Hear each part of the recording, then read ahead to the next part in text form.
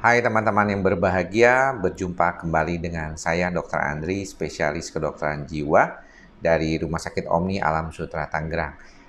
Saat ini saya ingin meneruskan kembali perbincangan kita kemarin tentang trauma.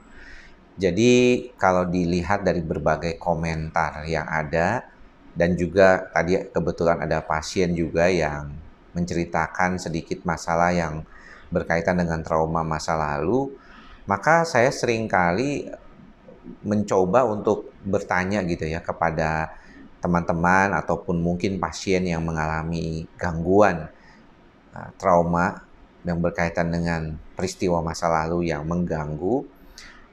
Sebenarnya itu memang bagian yang susah kita lupakan. Apalagi kalau misalnya keadaan itu sangat bermakna, baik yang menyakitkan maupun yang sangat positif gitu ya. Tapi biasanya memang namanya trauma pasti dihubungkannya dengan sesuatu yang negatif. Namun kalau kita lihat di dalam otak kita, pusat rasa cemas itu kan dia sama dengan pusat rasa menyimpan memori, ya, pusat menyimpan memori, pusat melihat kondisi-kondisi yang berkaitan dengan itu gitu. Jadi seringkali kita lihat banyak sekali hal-hal yang berkaitan dengan kondisi kecemasan, dan pikiran-pikiran manusia itu akhirnya menjadi sesuatu yang sifatnya tidak stabil ketika berhadapan dengan situasi-situasi yang tidak nyaman. Tetapi ada juga peristiwa-peristiwa yang baik tentunya yang bisa membuat orang itu nyaman.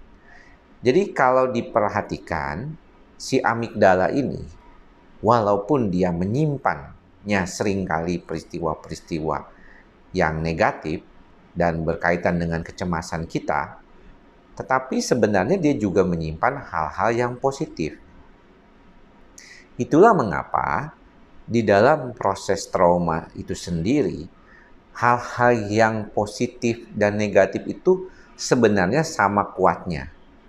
Namun memang entah kenapa, karena otak kita ini dibentuknya responsif terhadap hal-hal yang negatif lebih kuat, karena mungkin kalau kita melihat di beberapa literatur, otak kita ini merespon terhadap adanya ancaman-ancaman yang secara genetik evolusi otak itu diturunkan.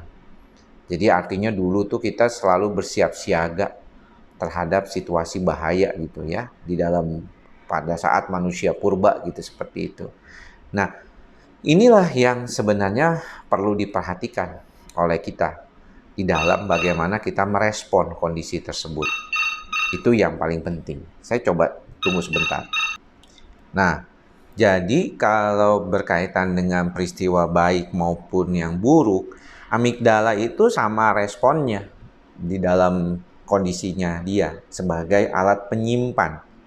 Namun dia punya fungsi yang lebih kuat untuk mengatasi atau menetralisir kecemasan karena fungsinya di situ. Nah, sayangnya seringkali itu kalau misalnya kita terlalu banyak hal-hal yang negatif, kita mempersepsikan situasi-situasi negatif, kemudian kita juga berpikir yang negatif, maka otak amigdala itu akan terus-terusan aktif.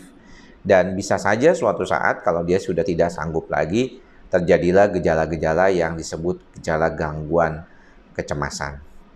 Nah, ini yang penting untuk diperhatikan nih sama teman-teman semua, pasien-pasien juga, bahwa kalau misalnya peristiwa traumatik itu sangat bermakna sekali buat kita, yang paling dominan berkaitan dengan hal tersebut adalah bagaimana kita bisa mengurangi hal-hal negatif tersebut dalam otak kita. Karena kalau kita mau hilangkan sama sekali ya nggak mungkin. Mengapa? Ya karena memang mudah diingat gitu kan. Dan waktu kita melihat atau merasakan atau berpikir tentang peristiwa tersebut, otak kita itu sudah menyimpannya sebagai salah satu respon dari sistem itu sendiri. Makanya kalau kita lihat nih, misalnya contoh, kita tuh nggak bisa benar-benar mengingat secara detail ya peristiwa semua kehidupan kita. Kita makan apa 2 minggu yang lalu aja kita udah lupa kan. Waktu kita wisuda atau kita lagi dalam keadaan ketemu sama orang-orang yang penting, itu kadang-kadang lupa. Kita mungkin inget aja gitu. Pada saat itu terjadi, tapi biasanya ingetnya di mana tuh lupa. Misalnya waktu Anda wisuda, sebelah kita itu belum tentu kalau nggak difoto kan kita lupa juga gitu. Barisan kita waktu itu gimana ya, seperti itu. Jadi ada hal-hal yang bisa kita ingat detil, ada hal-hal yang tidak kita ingat detil. Tidak ingat ataupun ingatnya itu sebenarnya karena kondisi kita sendiri. Karena peristiwa traumatik masa lalu itu begitu luar biasanya berkesan, maka Anda seolah-olah sepertinya tidak mau mengingat, tapi Anda malah ingat gitu. Karena saking berkesannya tersebut. Sedangkan hal-hal lain yang tidak berkesan mungkin Anda tidak ingat gitu. Jadi kalau melihat dari sistem itu, kalau pasien suka datang ke saya dan bilang, saya mau dicuci otaknya supaya bisa nggak mengingat lagi hal-hal yang jelek itu, yang tidak baik itu. Ya nggak bisa begitu. Karena kondisi di otak itu seringkali tidak semudah itu kita bilang gitu ya. Banyak dari kita itu lebih dominannya, kepinginnya itu maunya ya cepat gitu ya, menghilangkan. Tapi kita sendiri lupa bahwa sebenarnya kita sendiri yang memasukkan hal-hal itu ke dalam pikiran kita.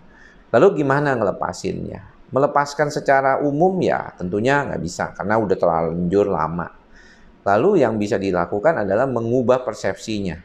Jadi peristiwa-peristiwa negatif itu kita sadari memang sudah terjadi dan itu merupakan bagian dari kehidupan kita yang kita tidak bisa hindari. Namun bagaimana kita mengelolanya itulah kedepannya yang akan menentukan respon kita terhadap kondisi gejala yang diakibatkan karena peristiwa traumatik itu. Kalau kita masih merasakan negatif, maka akan jelek juga buat kita. Tapi kalau kita anggap sebagai sesuatu yang memang terjadi, naturalnya demikian, normalnya demikian, maka tidak akan terjadi lagi. Seperti kemarin saya bilang tentang masalah yang berkaitan dengan trauma. Kalau saya menganggap trauma itu sebagai sesuatu hal yang memang berat buat saya, maka saya nggak akan bisa hilang gitu dari peristiwa traumatik itu. Seolah-olah peristiwa traumatik itu begitu sangat membekas kepada saya. Dan saya masih marah sampai saat ini karena saya dulu dikata-katain misalnya seperti itu. Atau saya dibully gitu. Nah, peristiwanya sendiri kan sudah berlalu. Peristiwanya sendiri memang benar ada. Dan kita tahu kita waktu itu mungkin menderita. Tapi saat ini kan kita sudah tidak mengalaminya lagi. Kalau kita mau melepaskannya ya lepaskan.